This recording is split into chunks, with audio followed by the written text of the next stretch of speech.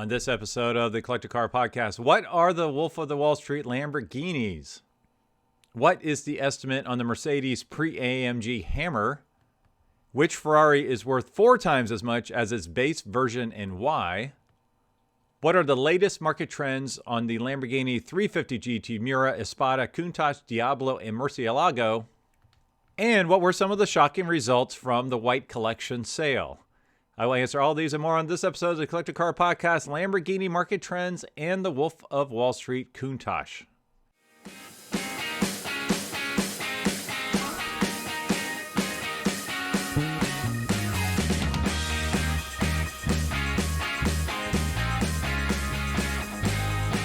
First off, I wanted to review a couple of the shocking results from the White Collection sale. This was everything from 911s to automobilia. Really crazy stuff.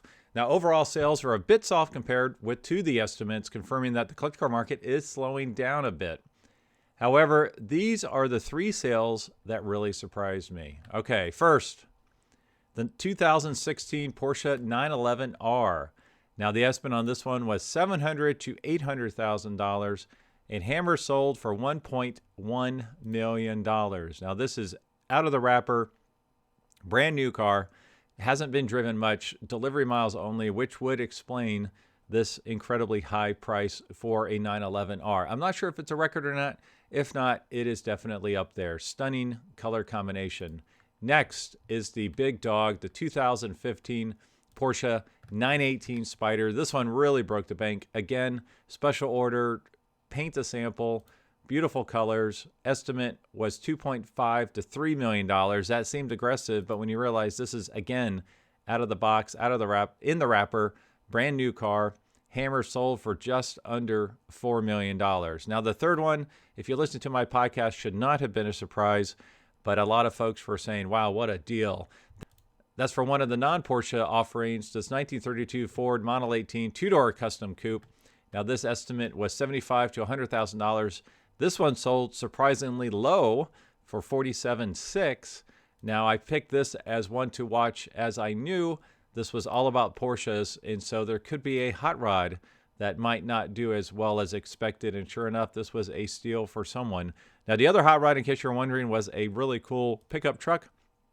Estimate was $75,000 to $100,000. It sold for way above $100,000, above high estimate. I think what kept this particular blue hot rod pricing suppressed was the blue color. Definitely dated the car, whereas the one on the pickup truck was a more timeless, more of a factory style.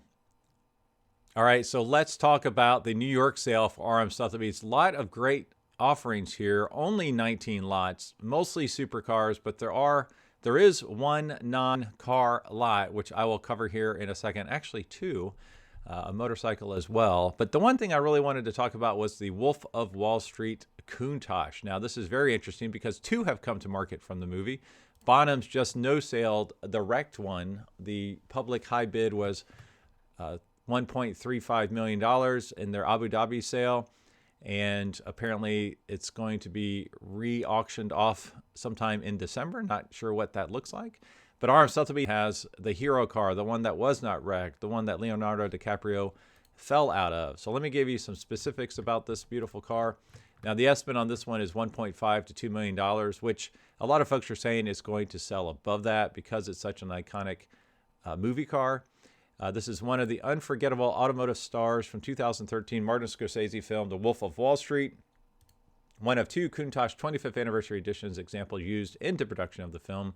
Appeared alongside Leonardo DiCaprio playing high-flying financier Jordan Belfort. The most advanced iteration of the legendary Countach, featuring improvements developed by the great Horacio Pagani. Really, really cool. It's got the V12 5.2-liter top speed of 183 miles an hour. Now, from RM Sotheby's description, based on the memoir of the same name, the 2013 Martin Scorsese film, The Wolf of Wall Street, tells the real-life story of the rise and fall of stockbroker turned fraudster Jordan Belfort. Outrageously and darkly humorous in equal measure, the film is perfectly cast. Leonardo DiCaprio stars as Belfort alongside Margot Robbie, Jonah Hill, and Matthew McConaughey. The automotive casting, too, is on point with a parade of late 1980s and early 1990s sports and luxury cars for the keen-eyed enthusiast to spot. But even the most casual observer could not miss the film's automotive star, Belfort's Bianco Polo over Bianco Lamborghini Countach 25th Anniversary Edition, in an unforgettable scene toward the end of the film. An enraged and drug-addled Belfort drags himself into the Lamborghini and attempts to tear off into the night, only to crash repeatedly, badly damaging the car during his ill-fated trip home. The wrecked one was unsold at bottoms in Abu Dhabi with a high bid of $1.35 million, which, interesting, the estimate on that one was also $1.5 to $2 million. For that estimate, I would rather have the one I can drive. Beautiful, beautiful car. All right, next, we do have another star from the 1980s, the Mercedes Hammer, also known as the 1986 Mercedes 500 SEC AMG 6.0 wide body. Just stunningly beautiful. These have been incredibly hot in the market. Estimate on this one, $600,000 to $750,000. This is among the lowest mile examples remaining. Presently indicates fewer than just over 3,000 miles. An outstanding example. Most menacing pre-merger creation, a wide-body Super Coupe powered by the legendary 6-cylinder double overhead cam Hammer V8. Presented in an ideal color scheme and with all of the most desirable performance upgrades. Okay, next for RM Sotheby's New York sale, we have a 2015 McLaren P1, estimates $2 to $2.5 million. Now, this one is kind of known as the Professor. It is a unique Professor 2 blue finish and numerous specially selected details, nearly $140,000 in MSO options, showing just under 2,700 miles at the time of cataloging, exceptional condition throughout. This is stunning colors. Sold new through McLaren Philadelphia. Now, if we're looking at valuation trends, this one really surprised me. The value in number one condition is $2.35 million. And for the latest 12 months, these have been up 38.2%. They have been on fire. All right, next up is one of the two non-automotive offerings for RM Sotheby's New York sale. It is this, a mobile artwork by Andy Warhol. So this is the mobile gas sign, pretty much painted by Andy Warhol. It's pretty cool. If you go online and check it out, you can see some of the labeling from when it was initially sold. But pretty cool. Estimate is $60,000 to $80,000. All right, next up for RM Sotheby's New York sale is one of my favorites, the 1963 Shelby 289 Cobra. This is not the big 427 with the side pipes and the hood scoops and all of the craziness. This is much more reserved. Absolutely love it. The estimate on this one is $750,000 to $850,000. This one is offered without reserve. Previously restored by noted Cobra specialist Mike McCluskey of Torrance, California in the early 2000s. Now, this one is powered by a replacement 289 V8 engine paired with a 4-speed manual transmission, which explains why the estimate is $750,000 to $850,000. Now, this one was acquired by the consignor in 2020 and driven only 10 miles. That is horrible. I would have driven it all over the place. Now, this is beautiful because it is black with a beautiful red interior. Now, the number one condition value on these is $1.25 million, and they have been down 10.7% over the last 12 months. This is an absolutely stunning one with the replacement engine. You wouldn't have any fear of driving this one like you stole it. Okay, this next one for RM Sotheby's New York sale is really fascinating and rare. It's a 2005 Ferrari Superamerica. Now, this is fascinating because I want to compare this car to its sister cars, the 550, the 550 Barchetta, the 575 with the F1 transmission with manual, as well as the Superamerica, because the valuations are all over the place. It's really kind of insane. So if you start at the bottom from a valuation perspective, you would honestly have to start with the 575M. Now, for 2002, in number one condition, these are worth $200,000, up 25% the latest 12 months. Now, why is that the bottom? Because that one has the F1 transmission. Even though it has the larger engine than the 550, all 550s were manual transmission. So the F1 transmission 575M is your entry point into these big front engine V12 supercars. Next up would be the 550 base model. Now, this example I have is from 2001. Number one condition is $318,000. Over the last 12 months, it is up 10%. Next up the chain would be the 575 with a 6-speed, $425,000, up 25% the latest 12 months. And then we go to the 2001 550 Barchetta. That's got the folding top. Those are worth $500,000 in number one condition. Ironically, those are down latest 12 months, 16.3%. And then on top of the heap is this car that I'm showing you the pictures of on YouTube, is the Ferrari Superamerica. So this has the glass roof that flips over. Super rare, especially if they have the manual transmission. With the manual transmission, the number one condition is $680,000, up 4% latest 12 months. So you almost quadruple the price from the base 575M with the F1 transmission to the 6-speed Superamerica. Now this one for RM Sotheby's sale, estimate is $650 to $850. This is one of only 33 left-hand drive equipped with the 6-speed gated manual. Just an absolutely stunning example here. This one has less than 4,000 miles, which is another reason why it's going to bring top dollar. Okay, next at RM Sotheby's New York sale, we're going a little old school here. This is a 1953 Fiat 8V Supersonic by Ghia. One of the most beautiful cars built in the 1950s. The estimate on this one is $2.1 to $2.6 million. The most stunningly presented example of the 14 8V Supersonics. Absolutely beautiful.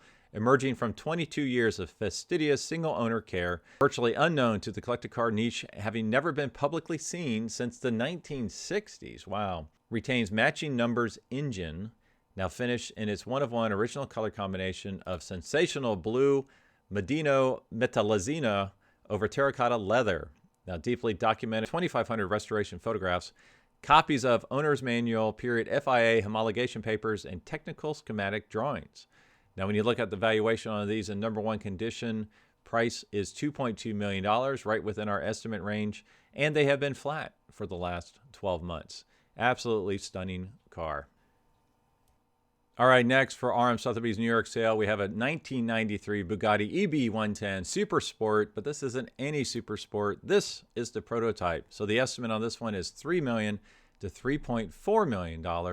Ultra rare and hugely significant EB110 Super Sport prototype with unique factory modifications made during its testing and development. One of 3 prototypes manufactured for development of the EB110 Super Sport. Factory equipped with the engine from Bugatti's world speed record-setting EB110. Oh, that's pretty cool. Sole EB110 prototype with dual fuel tanks with single fuel filler system, carbon fiber engine lid cover, and revised gear selector. Retained by Bugatti as a factory test car for further perfecting the EB110 design. Displaying just over 2,100 miles at cataloging.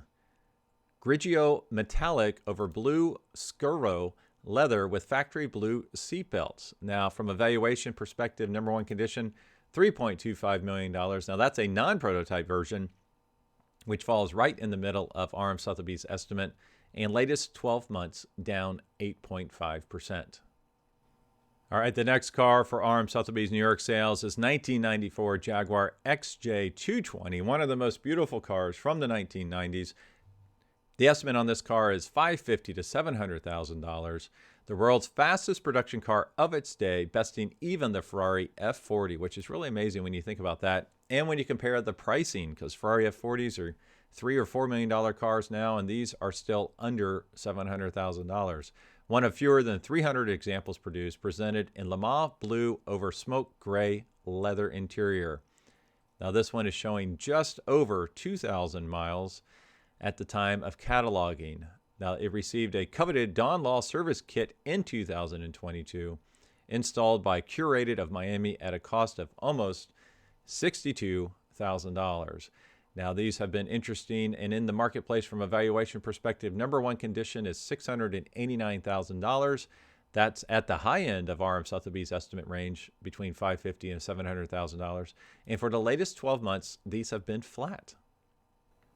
Okay, the next car we have is something really special coming to RM Sotheby's New York sales. 1954 Aston Martin DB2/4 Coupe by Bertone. Now this thing is pretty stunning looking. Doesn't look like your typical Aston Martin because it's been rebodied back in period. Now the estimate on this one's $1.2 to $1.6 million. The only coupe of 7 Bertone-bodied Aston Martins built. Meticulous Concours restoration by marquee specialist Kevin Kay. fully numbers matching per its factory build documents and confirmed during restoration.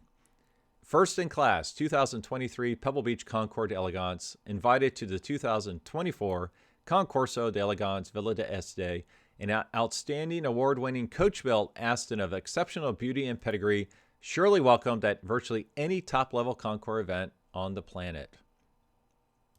Okay, and in closing, I would like to review some Lamborghini market trends. Now, these are all for the last 12 months period, and let's start with the oldest and go to the newest of the valuations that are available.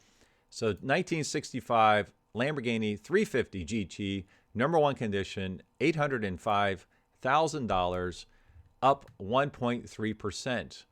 1971 Miura SV. Now, this is, in my opinion, the world's first supercar. Number one condition, $3.35 million. Over the last 12 months, it has been flat. Next is the 1971 Espada 400 GT Series 2. Number one condition, $150,000, up 1.4%.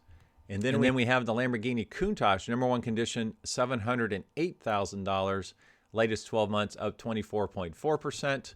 Then we have the Lamborghini Diablo VT Roadster.